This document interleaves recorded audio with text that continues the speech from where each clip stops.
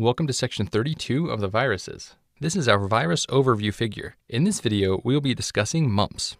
The mumps story takes place on a dreary day when the parents are gone. Kids are running loose, causing all sorts of mayhem. Before we bring on the rambunctious children, I want to point out the color scheme in this house. Notice how red and warm it is. This red warm color scheme indicates that this is an RNA virus. So now let's bring on the hooligans. Look at this guy. He's getting crayons all over the place. He spilled 2 piles of them, forming 2 big bumps. These big bumps of crayons represent mumps. Bumps for mumps. If you look outside the window, you will see dark rain clouds. These dark rain clouds bring a negative, ominous vibe, almost like they are warning us that some crazy crap is about to go down. Well, these negative rain clouds indicate the mumps virus is a negative sense virus. Negative clouds, negative sense. Now look at the stovetop. The frying pan is on. I guess one of the hooligans will be cooking something up. Anyways, the pan represents pancreas. The flames under the pan represent inflammation of the pancreas, or pancreatitis, which often accompanies a mumps infection.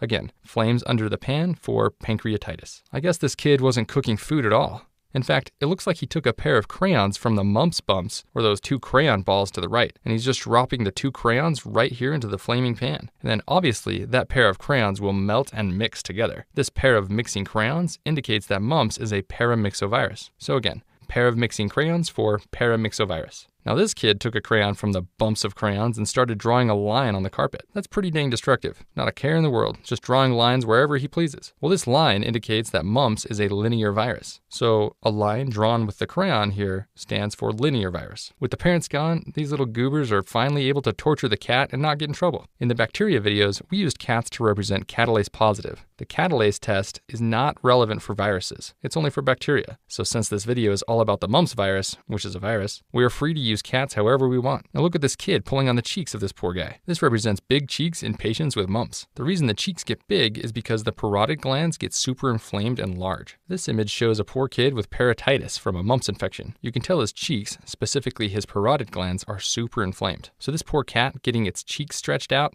represents parotitis in mumps. Now this kid was trying to help the other kid melting the crayons, but he slipped, dropping a pot right smack on his noggin. This direct blow to his head represents meningitis, inflammation of the brain. Plus, he's wearing one of those big, roughly black hats, which we like to use to represent meningitis. Now, meningitis is one of the greatest concerns for mumps, so don't forget this. Now, you may have also noticed that this clumsy pot head kid has stepped onto the mumps bumps, crushing a part of them. Now, these mumps bumps also represent inflammation of the testicles that can occur with mumps. So these big swollen piles of crayons that kind of look like testicles will help you remember that testicles are swollen in mumps. Another name for this is orchitis. Again, big swollen bumps for swollen testicles. The fact that the swollen testicle bumps are being stepped on represents sterility following a mumps infection. In fact, when males present to a doctor for infertility issues, patients are often asked if they ever had mumps as a kid. That is such a relevant question for the physician to ask the patient because mumps can devastate fertility due to orchitis. Again, crushing testicles represents sterility with bumps. Now look at the back of this kid's shirt. It says vaccine free. Apparently this boy, or at least his parents who likely buy his clothes,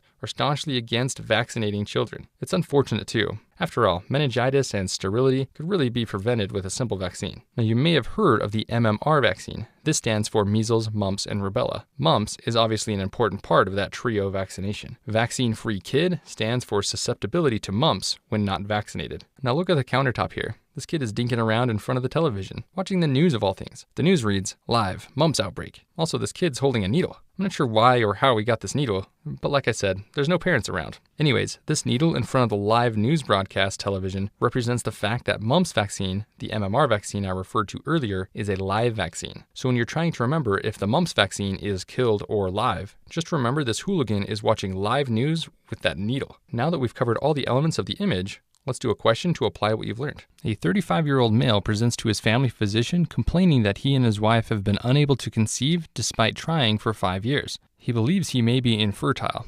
Upon further questioning, he describes having swollen testicles when he was a kid during a weird illness. The physician suggests the patient's described illness is likely the source of his infertility. Which of the following is most likely true regarding this patient's childhood illness? A.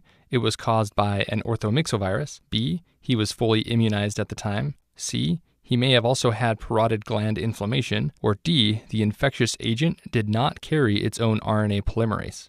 Hopefully you noticed that this man had a mumps virus as a kid. From the patient's history, we learn that he had swollen testicles during that illness, and he is having fertility issues. both of which are consistent with a mumps infection. With this in mind, the correct answer is C. He may have also had parotid gland inflammation. Remember the kid pulling on that cat's cheeks, making them really big, like parotitis? Now, A is wrong because orthomyxovirus refers to influenza, not mumps. Mumps is a paramyxovirus. Remember that pair of mixing crayons? Now, B is wrong because immunized children do not typically get mumps. Mumps is covered with the MMR vaccine.